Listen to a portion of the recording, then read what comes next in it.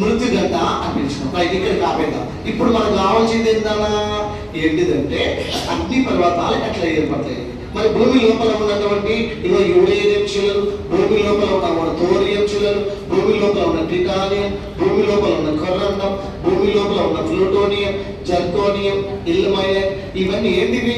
అనుధార్మికత స్వభావం కలిగిన శిలలు. వీటి నుంచి నిరంతరం అణుకిరణాలు విడుదలై వాటితో పాటు వేడి విడుదలై వేడికి ఇతర శిలలన్నీ వేడెక్కి కరిగి శిలాద్ర పదార్థంగా మారుతుంది. అందువల్ల భూవంతర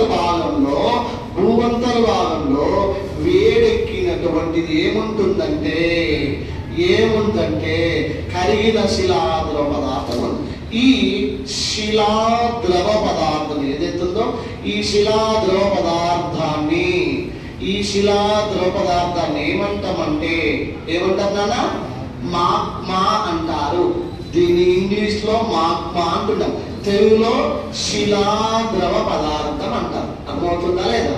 ఈ మొత్తం ఏరియా, ఈ శిలాద్రవ పదార్థము విస్తరించిన మొత్తం ఏరియాని శిలాద్రవ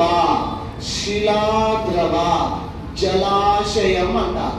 శిలాద్రవ జలాశయం అంటే ఇంగ్లీష్ లో మాగ్మా ఛాంబర్ అన్నమాట. ఛాంబర్ అంటే గదిని కాదు, ఇక్కడ ఒక ఏరియా అన్నమాట. మరి ఏమైతుంది? రోజు రోజుకి మాగ్మా ఎక్కువైతుంది, రోజు రోజుకు వేడెక్కుతా ఉంటే పక్కన శిలలు కరుగుతున్నాయి. ఇప్పుడు ఇక్కడ బంగారం ఉంది, అది కూడా కరిగింది. ఇక్కడ వెండి ఉంది, కరిగింది. ఈడ ఇల్వనైట్ ఉంది, కరిగింది. ఈడ సిలికా ఉంది, కరిగింది. ఈడ ఐరన్ ఉంది, కరిగింది. బొగ్గు ఉంది, కరిగింది. ఏది ఉంటే ఆ శిలలన్నీ కరిగిపోతాయి. ఈ కరిగి రోజు రోజుకు దీని పరిమాణం ఎక్కువైతుంది. పరిమాణం ఎక్కువైతా ఉంటే ఒత్తిడి ఎక్కువైతుంది. ఒత్తిడి ఎక్కువై మధ్యలో చూసుకొని భూమి ఒత్తిడి గురి చేసి భూమిని చీల్చుకొని బయటికి వస్తుంది ఈ మాగ్మా.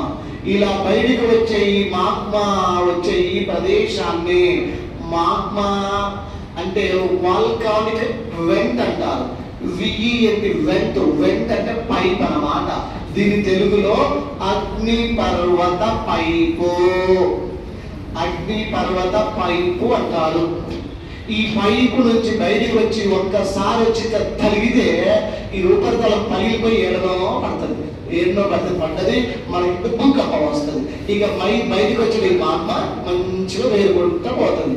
మరి ఇట్లా వేరుకుంటూ పోతుంది. ఈ ఉష్ణోగ్రత ఎంత?